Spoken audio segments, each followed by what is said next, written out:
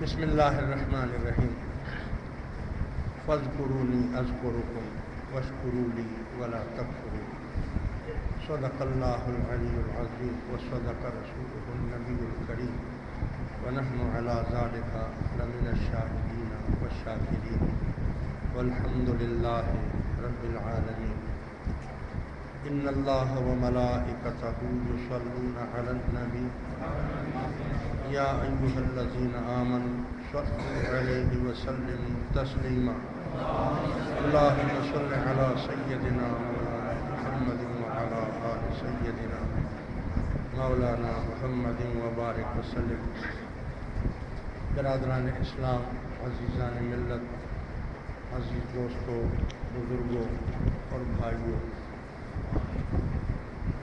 اللہ تبارک و تعالی مجھے اور آپ کو اپنا اور اپنے حبیب کا قرب عطا فرمائے۔ دن چھوٹے ہو گئے ہیں کچھ، اور وقت بہت کم ہو جاتا ہے، اور آج تو خاص کر بہت ہی کم ٹائم رہ گیا ہے۔ پچھلے 2-3 جمعوں سے آپ کی خدمت میں اللہ کے ذکر کے بارے میں نے کچھ بیان کیا تھا، اور آپ سے یہ وعدہ بھی کیا تھا کہ اگلے جمعے بھی یہ تسلسل جاری رہے گا۔ اگلا ٹاپک تھا، آپ نے فرمایا تھا کہ مرشد کیوں ضروری ہوتا ہے جی، لہٰذا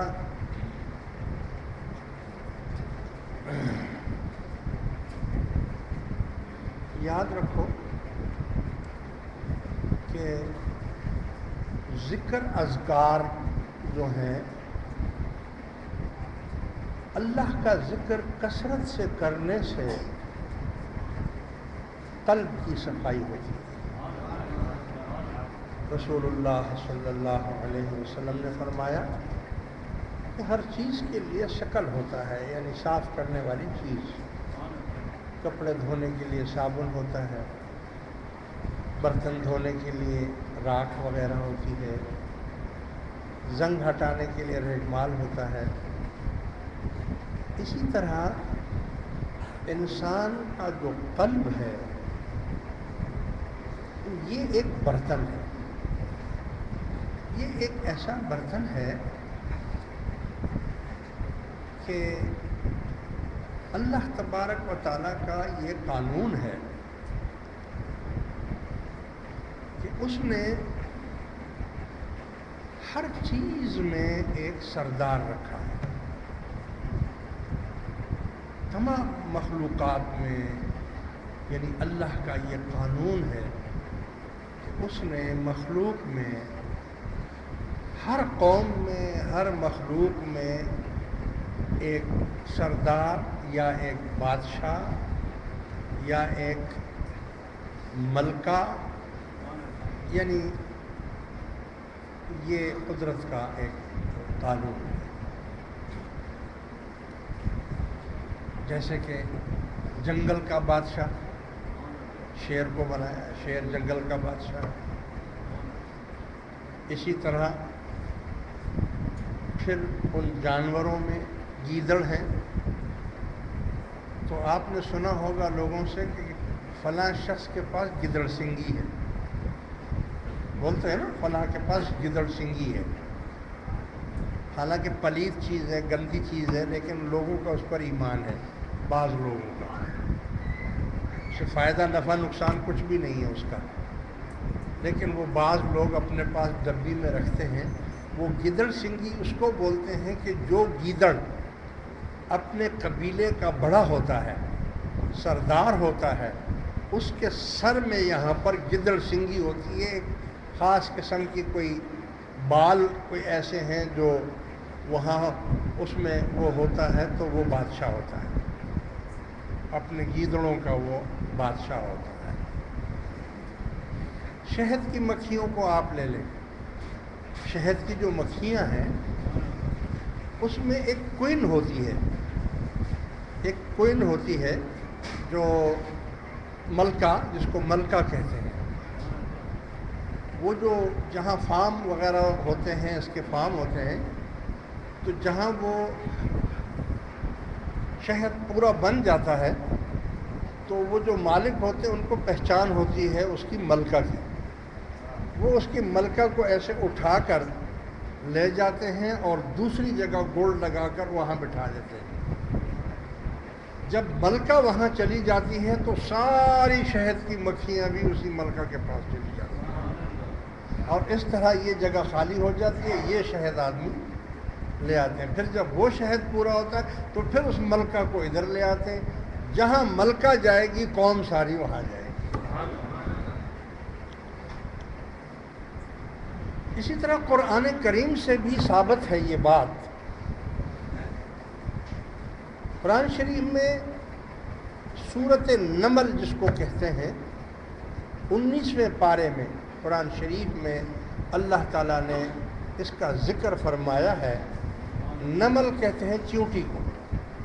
یہ جو چیونٹیاں ہوتی ہیں ان چیونٹیوں کے اوپر بھی ایک ملکہ ہوتی ہے، یا ملکہ ہوتی ہے یا بادشاہ ہوتا ہے، لیکن قرآن نے ملکہ بتایا ہے کہ نملتن ہے، یعنی وہ ملکہ تھی. اس کے حکم سے تمام چیونٹیوں کو حکم دیا کہ سوراخوں میں چلے جاؤ. سلیمان کا تخت آ رہا ہے، کہیں ایسا نہ ہو کہ تم لوگ پاؤں کے نیچے دابے جاؤ. تو اس کے حکم کو وہ مانتے تھے اور سب سوراخوں میں چلے جاتے تھے. معلوم یہ ہوا کہ مخلوق خدا میں جہاں بھی اللہ نے مخلوق پیدا کی ہے اس مخلوق میں اللہ تبارک و تعالیٰ نے ایک کو سردار یعنی بادشاہ یا ملکہ یا سردار اس کو بنایا. قبیلے کا بھی ایک سردار ہوتا ہے، کسی بھی قبیلے کا. وہ پنجابی قبیلہ ہو تو چودھری ہوگا، سندھی قبیلہ ہو تو وڈیرا ہوگا، ہاں بلوچستان کا کوئی قبیلہ ہوگا تو اس کو بولیں گے کہ یہ بگٹی قبیلے کا سردار ہے، یہ مری قبیلے کا سردار ہے. اسی طرح ملک کو لے لیں تو ملک کا نظام بھی اسی طرح ہوتا ہے کہ کوئی محلے کا امیر ہوتا ہے، بڑا ہوتا ہے، لوگ اس کی عزت کرتے ہیں، لوگ اس کی بات مانتے ہیں، وہ جو بول دیتا ہے لوگ سب اس کو مان لیتے ہیں. کوئی شہر کا امیر ہوتا ہے، یعنی میئر کو لے لیں یا جو ناظم لے لیں، یہ ہوتا ہے. پھر اسی طرح پورے شہر کا ایک ہوم سیکٹری ہوتا ہے، پورے صوبے کا ہوم سیکٹری ہوتا ہے. پھر پورے ملک کا ایک وزیر داخلہ ہوتا ہے. پھر اس کے اوپر وزیر اعظم ہوتا ہے، پھر صدر ہوتا ہے، بادشاہ ہوتا ہے. یعنی قدرت کا ایک ایسا نظام ہے، اللہ تبارک و تعالیٰ نے اس کو جوڑا. مخلوق میں بھی، ظاہری طور پر بھی، روحانی طور پر بھی. روحانی طور پر بھی اللہ تعالیٰ نے کچھ لوگوں کو عوام الناس بنایا ہے. عوام پھر ان عوام میں مسلمان ہیں، پھر ان میں ایک مومن بنایا ہے. مسلمانوں میں کچھ لوگوں کو مومن بنایا ہے. پھر ان مومنوں میں کچھ لوگوں کو عابد بنایا ہے. پھر ان عابدوں میں کچھ لوگوں کو زاہد بنایا. پھر ان زاہدوں میں اللہ تعالیٰ نے کچھ لوگوں کو عارف بنایا. پھر ان عارفوں میں اللہ تعالیٰ نے کچھ لوگوں کو مقرب بنایا. علی ھذا القیاس، یعنی جس کے تحت یہ نظام دنیا کا روحانی بھی اور ظاہری بھی، یہ دونوں نظام اس کے تحت چلتے رہتے ہیں.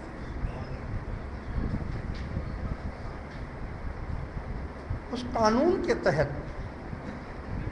اللہ تبارک و تعالیٰ نے جب انسان کا جسم بنایا، یہ وجود بنایا، تو یہ وجود اور یہ جسم بھی ایک دنیا ہے.